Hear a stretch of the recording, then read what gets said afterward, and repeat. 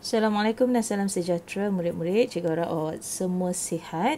Okay, kali ini kita akan buat beberapa ulang kaji untuk kertas pemahaman.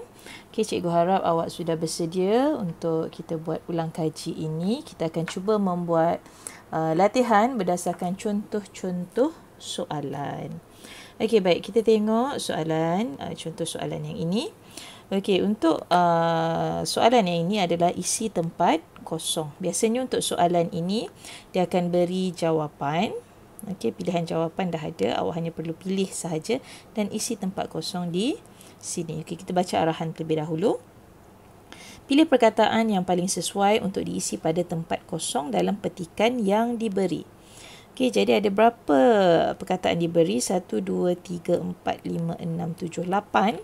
Okey, tapi tempat kosong hanya ada 5. 1, 2, 3, 4, 5. Okey, jadi bukan semua perkataan awak perlu guna. Awak perlu pilih yang paling sesuai. Okey, kita tengok ayatnya.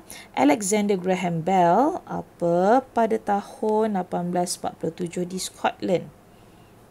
Yang ni apa? Rasanya dilahirkan lah kan? Okey, betul. Dilahirkan. Okey, dilahirkan. Okey, bila awak dah ambil jawapan tu, pastikan awak potong jawapan tersebut. Okey. Supaya untuk elakkan awak pilih 2 kali, 3 kali. Kita tak boleh pilih beberapa kali. Jawapan tu kita boleh hanya guna sekali sahaja.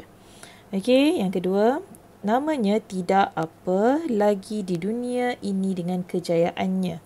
Okey, ini ada kesalahan ejaan sedikit. Kejayaannya sepatutnya ada 2 N ya. Kejayaannya. Okey, namanya tidak berlumba-lumba, tidak dimulakan lagi, tidak asing lagi, tidak berhijrah lagi, tidak mencipta lagi, tidak kepada lagi, tidak kaedah lagi, tidak asing lagi lah kan. Okey, tidak asing lagi. Okey, beliau merupakan orang pertama yang berjaya telefon. Dia orang pertama yang berlumba-lumba telefon, dimulakan telefon, berhijrah telefon, mencipta telefon. Okey, mencipta telefon. Ni orang pertama yang mencipta telefon ya. Okey, pada tahun 1870 beliau sekeluarga ke Kanada.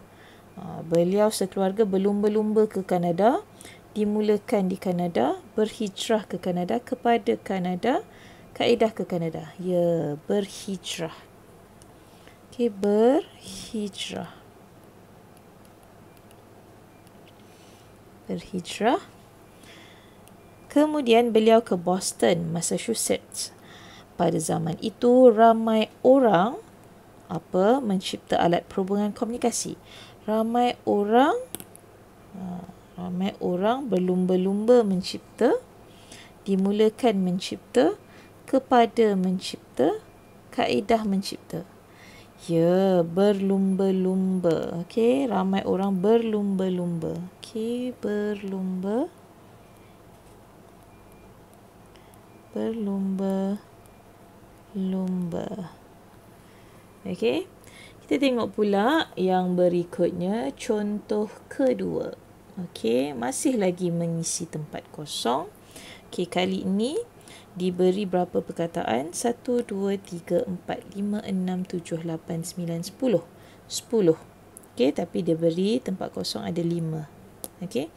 Pilih perkataan yang paling sesuai untuk diisi pada tempat kosong dalam petikan yang diberi. Syamira telah mengemukakan beberapa tempat pembuatan batik di negeri Terengganu. Beberapa kebaikan tempat, beberapa pujian tempat, beberapa terpahat tempat, beberapa unjuran tempat, beberapa sambutan tempat, beberapa cadangan tempat, beberapa impian tempat, beberapa tersembunyi tempat, beberapa lawatan tempat, beberapa keindahan. Mengemukakan. Cikgu rasa lebih sesuai dengan cadangan. Okey, cadangan. Yang kedua, keenakan masakan di restoran Pak Yaakob mendapat apa? Pelanggannya yang datang. Mendapat kebaikan, pujian, terpahat, mendapat terpahat. Pujian ni mungkin mendapat unjuran, mendapat sambutan, mendapat impian, mendapat lawatan, mendapat keinginan, mendapat pujian. Lebih sesuai mendapat pujian. Okey, yang ketiga.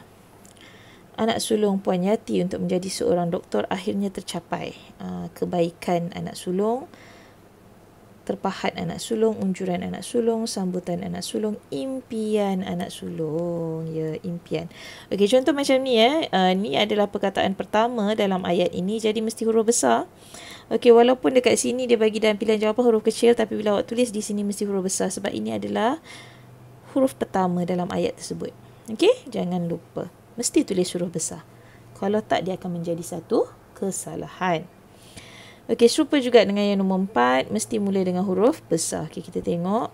Pulau Kapas menjadi tarikan pelancong luar negara.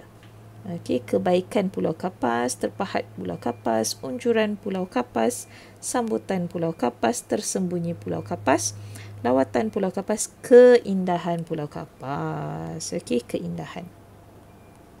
Okey, nampak cikgu tulis K dalam huruf besar walaupun dalam jawapannya dia tulis huruf kecil je. Sebenarnya awak kena tulis huruf besar sebab dia di permulaan ayat. Okey, yang kelima, peristiwa ngeri itu sentiasa apa dalam ingatannya sehingga kini? Sentiasa kebaikan dalam ingatan, sentiasa terpahat dalam ingatan, sentiasa unjuran dalam ingatan, sentiasa sambutan, sentiasa tersembunyi dalam ingatan, sentiasa lawatan, sentiasa terpahat.